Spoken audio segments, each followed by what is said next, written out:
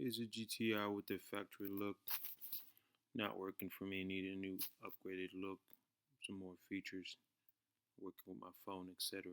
So looked online and I found this upgrade for it. Overall, I think this radio is pretty nice. Works well, looks natural, all the features work. But since I installed it, my battery died about 9 or 10 times at the most inopportune time. Never used to happen before, so I surmised it's because of this new radio I put in. So after the last time it died, I realized that there's something that had to be done. Either I'm going to replace this radio, put the old one back, or something. So I decided to look into it. So the first thing I noticed was when I would turn the ignition off, the radio would stay on. So I thought that was pretty weird, so I looked online and I saw comments from people that says the radio doesn't turn off with the ignition, you gotta manually turn it off. And I thought that was pretty annoying, but not too hard. I could keep doing that. Yeah, I did it for the most part, but a couple times I realized I left it on by accident because I was in a rush or whatever it is. But I also noticed that even when I turn it off consistently, the battery would still die. So I figured there's something has to be done. I decided to explore the wiring harness to see if there's anything I can move around to make the wires get the power when they needed to get the power. So I pulled up the manual from the installation to see if there's anything that could be done.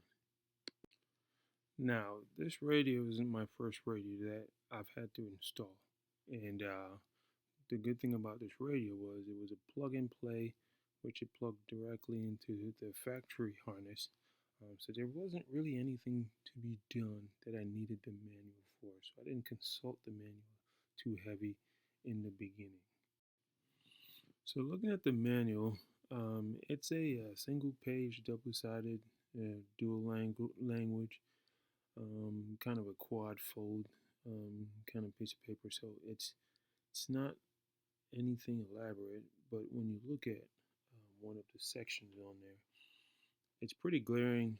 They're trying to tell you something. So there's a harness that shows like a little blowout of like a connection, and then there's also three distinct disconnected in bold red on the bottom right quad.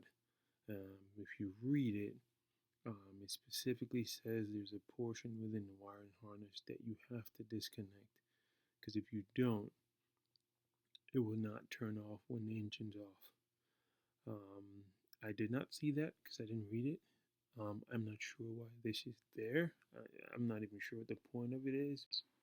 But I went ahead and took my radio out, took the face off, got the radio itself outside, and as you can see, this harness that I'm talking about, that red wire right on top, is what you have to disconnect. And literally, once you disconnect that, you can go ahead and put the radio back in.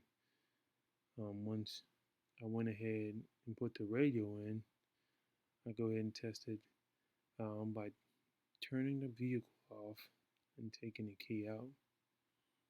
And what do you know? Turned right off.